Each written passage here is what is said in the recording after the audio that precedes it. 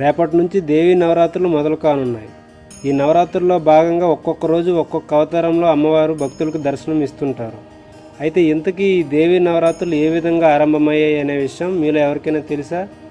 తెలియకపోతే వెంటనే ఈ వీడియో చూసేయండి. మణిద్వీపంలో చింతామణి గృహంలో కామేశ్వరి కామేశ్వరులిద్దరూ ఆనంద పరవశులై ఉన్న సమయంలో సకల దేవగణ ఋషిగణ యోగిని గణాదులు మహాకామేశ్వరుని ప్రార్థించి, స్వామి, మిమ్ములను పగటి కాలమందు అమ్మను రాత్రి కాలమందు ఆరాధిస్తూ తరిస్తున్నాం. కనీసం ఒక్క రాత్రి కాలమైన తమరిని ఆరాధించాలని ఉంది. ఈ కోరికను తమరు అనుగ్రహించగలరని వేడుకున్నారు. అప్పుడు మహాకామేశ్వరుడు మాఘమాసంలో కృష్ణపక్ష చతుర్దశి నాడు రాత్రికాలము మీకు అనుగ్రహిస్తున్నానని వరం ప్రసాదిస్తాడు. అంతేనండి, ఇంకా స్వామి పక్కనే ఉన్న మహాకామేశ్వరి అయిన మహాత్రిపుర సుందరి, నా స్వామి నన్ను నిర్లక్ష్యం చేసి నా అనుమతి లేకుండా రాత్రిపూట పూజించుటకు అనుగ్రహించినాడు, నన్ను అవమానించినాడు అని చెప్పి అవమానాన్ని తట్టుకోలేక మహాకాళి రూపాన్ని దాల్చి అనంత విశ్వాన్ని మింగేస్తానని చెప్పి శపథాలు చేస్తూ ఉగ్రరూపిణి అయి బిల్వవృక్షం మీద కూర్చుంది. అమ్మ ఉగ్ర రూపానికి లోకాలన్నీ తలడిల్లిపోతున్నాయి. సర్వగణాలు మహాకామేశ్వరుని వద్దకు పోయి, స్వామి, ఏమిటి లీల? మేము మా ఆనందం కోసం వరం అడిగాము, కానీ తమరు పక్కనే ఉన్న అమ్మ ఆజ్ఞ లేకుండా ఎలా మాకు ఆ వరం ప్రసాదించారు? అమ్మవారికి ఎంత కోపం వచ్చింది చూడండి. ఆ కోపాన్ని తగ్గించే ఉపాయాన్ని మీరే చెప్పాలని వేడుకున్నారు. అయితే సర్వగణాలు 6 పగళ్ళు 6 రాత్రులు అమ్మవారి యొక్క ఉగ్ర రూపాన్ని తగ్గించేందుకు ప్రయత్నం చేసి విఫలం చెందారు. ఆ తర్వాత ఈ విషయాన్ని మహాకామేశ్వరుడికి చెప్పగా నేరుగా స్వామి రంగంలోకి దిగారు.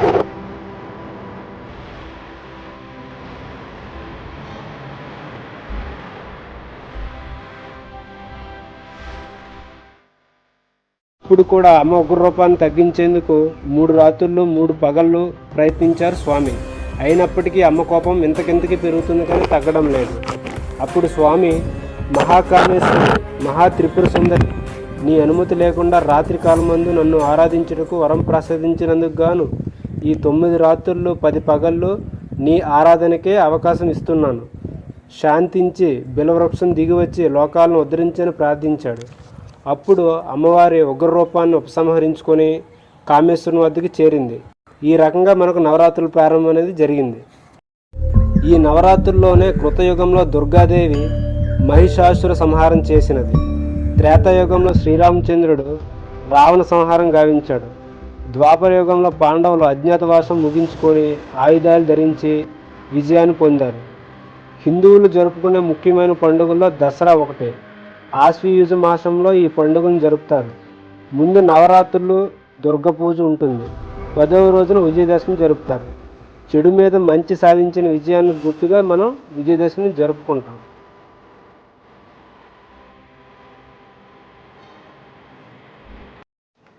దేవీ నవరాత్రుల ప్రారంభంలో 9 రోజుల్లో ఏ రోజు ఏ రూపంలో అమ్మవారి దర్శనమిస్తుందో ఇప్పుడు చూద్దాం. మొదటి రోజు శైలప్రతి అనే అవతారంలో ఒక చేతిలో త్రిశూలం మరొక చేతిలో తామరపువ్వు పట్టుకొని నందివాహనంపై అమ్మవారి దర్శనం ఇస్తుంది. రెండవ రోజు బ్రహ్మచారిణి దేవత అవతారంలో దర్శన భాగ్యం కల్పిస్తుంది. ఈ దేవతకు చక్కెర నైవేద్యంగా సమర్పించడం ద్వారా దీర్ఘాయుష్ను ప్రసాదిస్తుందని నమ్ముతారు. మూడవ రోజు చంద్రగంట దేవత అవతారంలో కనిపిస్తారు. ఈ దేవత అవతారంలో నుదుటిపై నెలవంక చంద్రుని ఆకారంలో తిలకం పెట్టడం వల్ల ఆ పేరు వచ్చింది. ఈ దేవతకు పాయసాన్ని నైవేద్యంగా సమర్పించడం ద్వారా నొప్పులతో బాధపడే వారికి ఆ సమస్య నుంచి విముక్తి కలుగుతుందని నమ్మకం. 4వ రోజు అమ్మవారు కూష్మాండ అవతారం ఎత్తి భక్తులకు దర్శన భాగ్యం కల్పిస్తారు. 5వ రోజు అమ్మవారిని స్కందమాత అవతారంలో భక్తులు విశిష్ట పూజలు నిర్వహిస్తారు. ఈ దేవతకు అరటిపండ్లను నైవేద్యంగా సమర్పిస్తారు. 6వ రోజు శక్తి స్వరూపిణైన కాత్యాయని దేవి అవతారంలో అమ్మవారిని పూజిస్తారు. ఈ దేవతకు భక్తులు తేనె నైవేద్యంగా సమర్పిస్తారు. 7వ రోజు అమ్మవారు కాలరాత్రి అవతారంలో భక్తులకు దర్శనం కల్పిస్తారు. పురాణాల ప్రకారం రాక్షస సంహారం చేయడానికి రంగును త్యాగం చేసి చీకటిని స్వీకరించడం ద్వారా అమ్మకి కాలరాత్రి అని పేరు వచ్చింది. ఈ అమ్మవారి అనుగ్రహం కోసం నల్లటి బెల్లాన్ని నైవేద్యంగా సమర్పిస్తారు.